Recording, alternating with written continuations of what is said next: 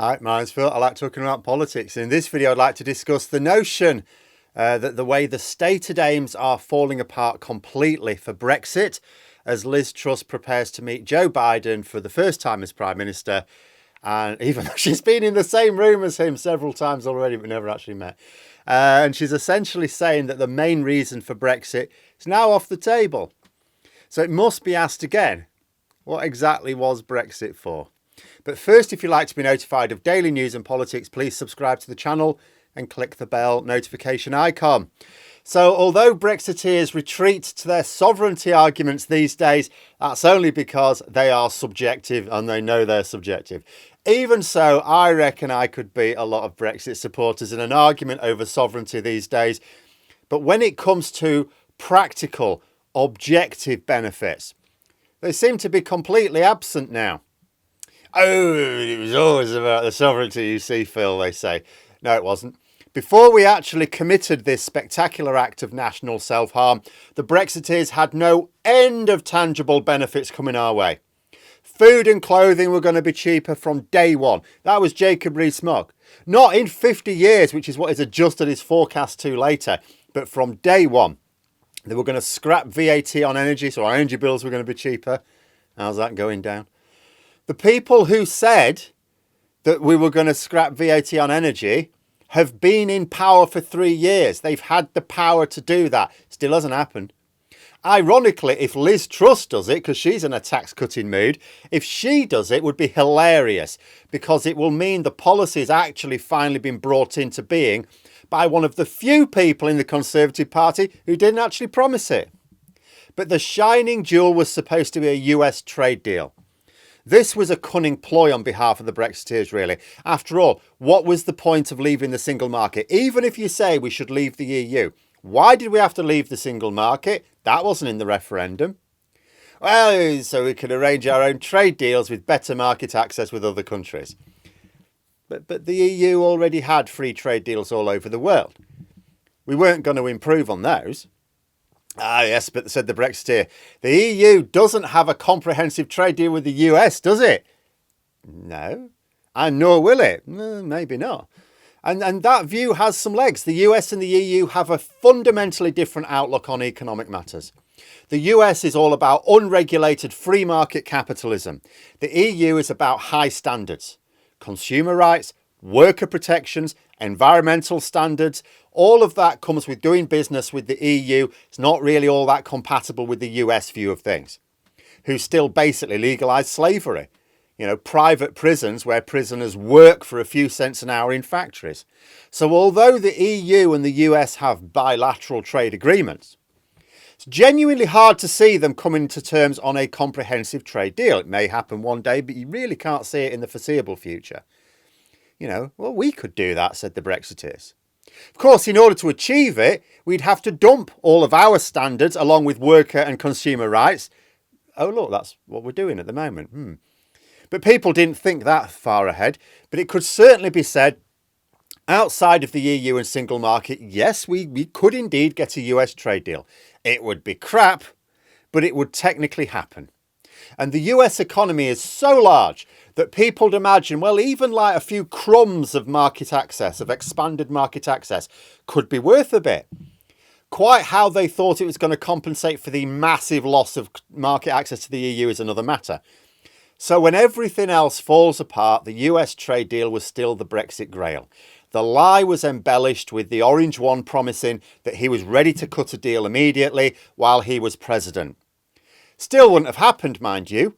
The Brexiteers focus on Joe Biden and think, well, he's the main block to the deal now. You know, presidents come and go. Just be patient. We'll wait until a Republican president is back and it'll all be fine. This is why Brexiteers have been comfortable insulting President Biden. They've got no plan to appeal to the US while he's head of government. But it hardly matters. Even while the orange one was degrading his office, Republicans and Democrats alike in Congress were quite clear there would be no trade deal without cast iron guarantees over the Good Friday Agreement.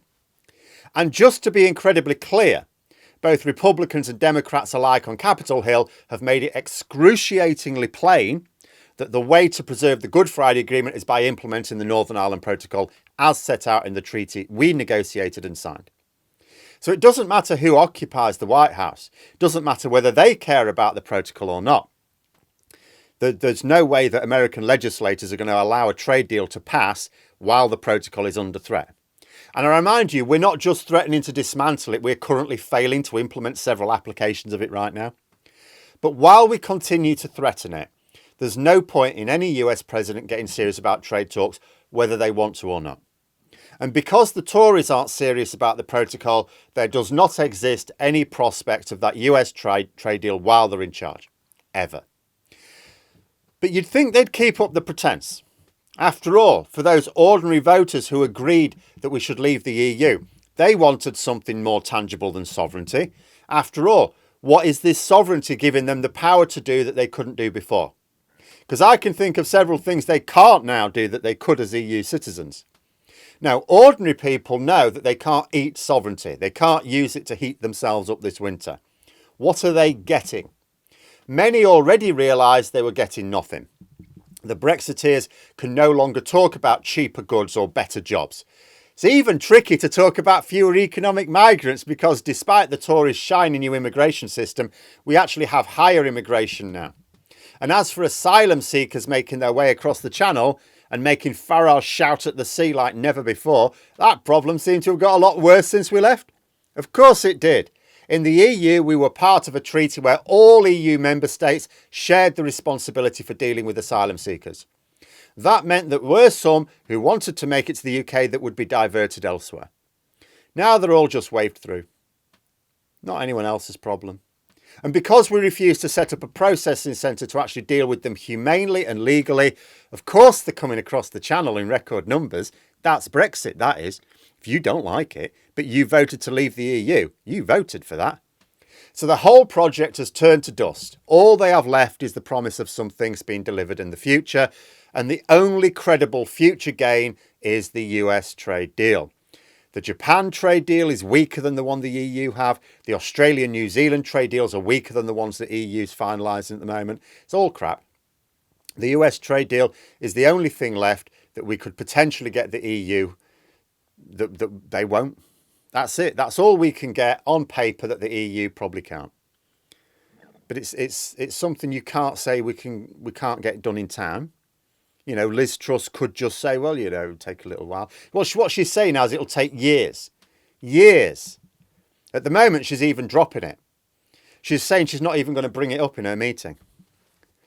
Because despite the fact that it's not happening anytime soon, you would think they'd keep up the pretense at least. Many of us knew that all of the Brexit promises were lies, but they kept telling the lies because some people believed them. Truss, it seems, is too lazy even for that. She's not going to press the issue with Biden, she says. I mean, she could raise it and Biden say no, but should at least be pursuing the only Brexit outcome that's still on the table. She could say that they discussed this. She could keep saying that it's in progress, just slow progress. But if she can't be bothered with it, it's dead in the water. Never mind years. Everything's years, isn't it? Everything we're getting from Brexit's now in years' time. How many years is that then? The last flickering embers of the grand Brexit promise has been pissed on by the new Prime Minister. Brexit is no longer even dying embers, just ashes and dust. Some have said that Brexit would die when Johnson left office. It doesn't, of course. We didn't all wake up in the shower. Oh, it was all a dream. Even if the country did wake up from its stupor and as one wanted to reverse it in full, there'd still be a tricky road ahead. But that's not where we are yet. We've still got to ask more people what they've personally gained from Brexit that is of practical value. What can they do now that they couldn't do then? Because the answer will always be nothing. But people need to be asked so that it occurs to them to wonder about it. Still others, as I talked about recently, need to be shown that staying out is more painful than going back. Because there are a lot of people who regret leaving, but they see how divisive it was leaving. They see how much government time was spent on it. They imagine the same thing will be true of rejoining. And they decide, well, look, you know, we shouldn't have done it. We absolutely shouldn't have done it. But now that we have, it's less painful to stick with what we have and make the best of it in a typical display of British stoicism. People often ask me, why don't we rise up when the government treats us as they do? In France, they'd never get away with it. It's because we sort of expect life to be crap. It's what we sign up for. I think our souls, when they sign up to be British, go, oh, yeah, crap life, that's the one for me. You know, we're not happy about it. but we sort of just put up with it to a point. But although Brexit doesn't end just because Johnson's gone, it seems that the Brexit promises may have done. You know, perhaps we're now fully in the phase of Brexit not being about great things at all, but just not being that bad. Oh, it's not that bad. Is that Truss's argument? Brexit's not that bad. I mean, you're not starving, are you? Oh, actually, it's quite a lot of people are. Well, yeah, but you're not all starving, so it's not that bad. But those are my thoughts. Let me know yours in the comments below. Hope you found the video interesting. If you did, please click the like button. And if you'd like to support the channel further, the join button for memberships. And until next time, I'll see you later.